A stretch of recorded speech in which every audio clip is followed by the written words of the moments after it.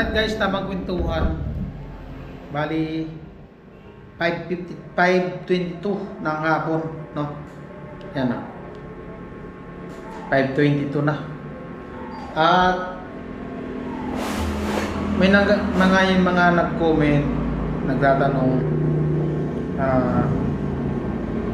kung kailan daw ako uuwi ng Burias at bakit hindi daw ako umuwi, no? Ayan, sa mga nag-comment, salamat. At least nagkaroon ako ng extra vlog ngayon, no? Ito, kwentuhan lang tayo, no? Ayan. Tapos tamang tamang chika-chika. So ito,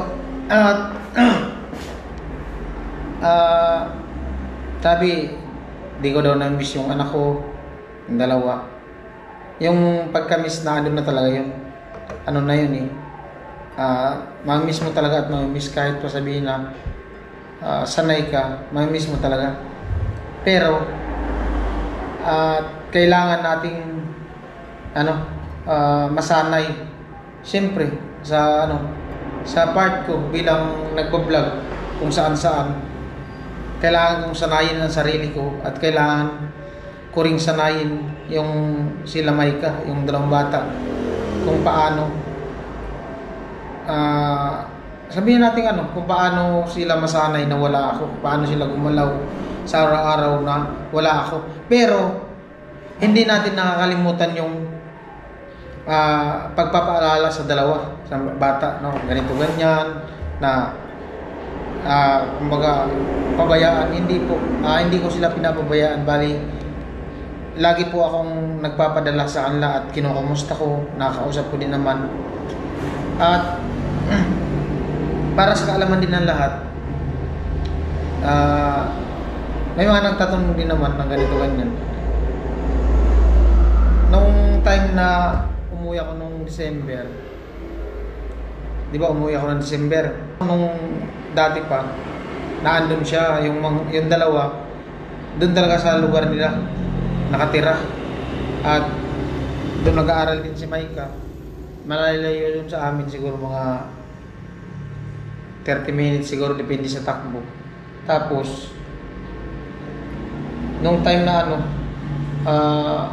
umalis siya, pumunta ng Maynila, nagtrabaho, at iniwan niya yung dalawang bata dun sa kapatid niya. Tapos yun yung time na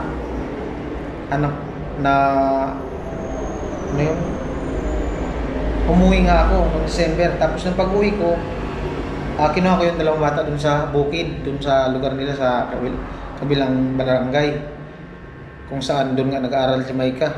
Tapos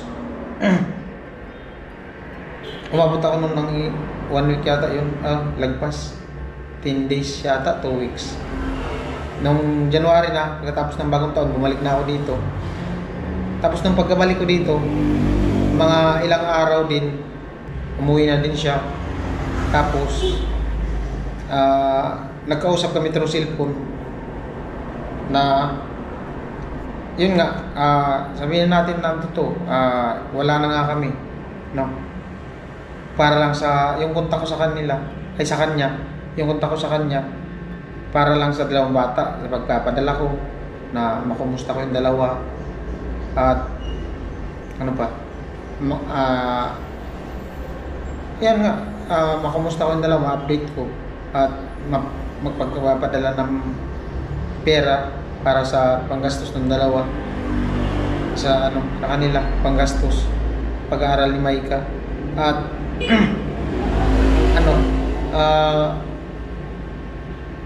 napag-usapan namin na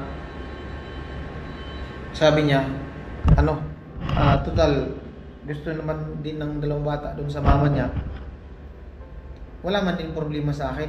Ang sabi ko lang, ang gusto ko maging okay yung dalawang bata, na hindi laging magkakasakit, ganito ganyan. Tapos doon na sila titira. At pwede ko naman din kunin kung gusto ko, hiramin, ganito ganyan. Sabi ko nga sa kanya, kung gusto mong magtrabaho, walang problema, basta iiwan mo yung dalawang bata. Ang gusto ko, kung iiwan mo yung dalawang bata doon kay mama, sa lugar namin, kasi meron naman doon bahay. Pero yung bahay na yun, hindi ko inaangkin talaga yun kasi sabihin na natin ako nagpagawa, nagpaayos nun. Hindi ko inaangkin yung bahay na yun kasi nandyan si mama. Tapos may dalawa pa akong kapatid na dalaga at binata, no? Tapos bali sabi ko, sige, ano na lang ganito. Yun nga, nagpagawa kami ng bahay para sa bata. Para sa kanila, sabihin natin sa kanila na, sa kanya, kasama na yung dalawang bata. Yun yung lagi ako nagpapadala para magawa yung bahay, no? Para sa kanila may maayos lang matulugan, hindi yung makikitira sila dun sa kapatid niya. At ngayon tapos na lang naman yun, hindi man konkreto na bahay, native lang na bahay, yero, good lumber, kuko lumber, tapos plywood, ang dingding plywood at sahig. So akala ko tapos na kasi hindi naman ganong malaki. So yung kontak ko sa kanya at para na lang talaga sa dalawang bata. Sabihin natin na ganito ganyan nangyari sa amin. At na lang, kumbaga maging masaya na lang tayo para sa dalawang bata, no. Soon makita nyo din sa vlog ko si Micah at saka si Vince Mike, no? Makita nyo din sa vlog ko. At salamat sa mga nagko-comment na gusto nila makita sa vlog si Micah, si Vince, ganito.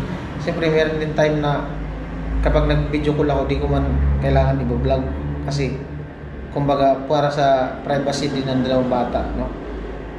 Ayan nyo, makita nyo din po si Micah at si Vince sa vlog ko soon. At abangan nyo po kung kailan ako uuwi.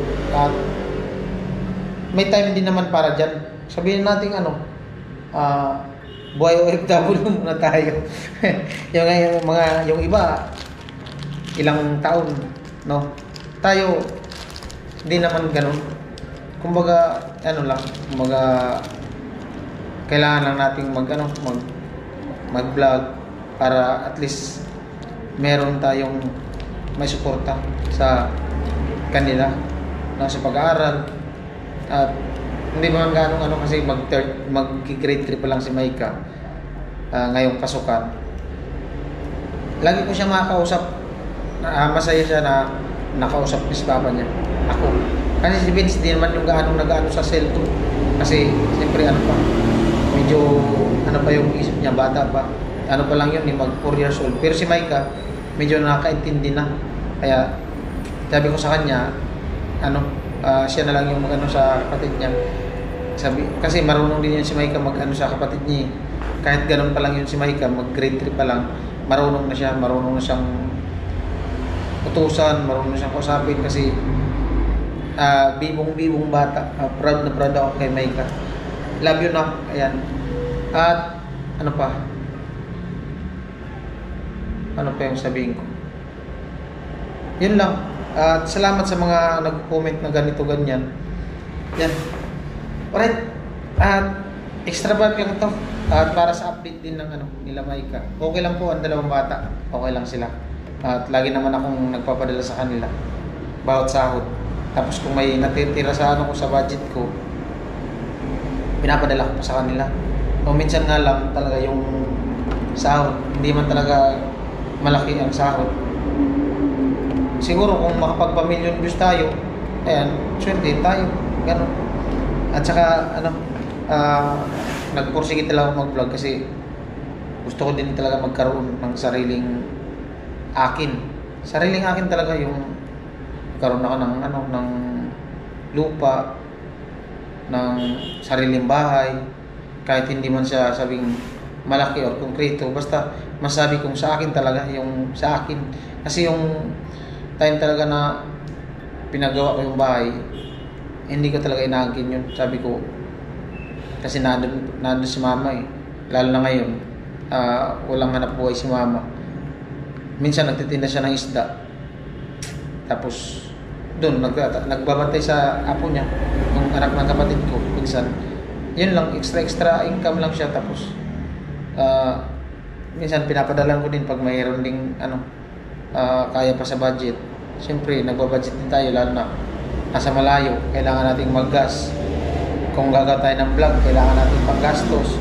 Siyempre kung nasa lakad ka, mag-vlog ka sa malayo, kailangan mo ng pagkain. Yan, kailangan nating wag maubusan ng budget, siyempre ganun. So ayan, yun lang po. At maraming salamat sa suporta sa mga nag-comment, ayan, sa mga hindi nag-skip ng ads, mga sponsor, viewers. Mula noon hanggang ngayon, nandiyan pa rin po kayo nakasuporta. Ayan. At sa mga nag-abot ng blessing, minsan meron din tayo natanggap. Ayan, maraming salamat po sa inyong lahat sa walang sawang suporta, no?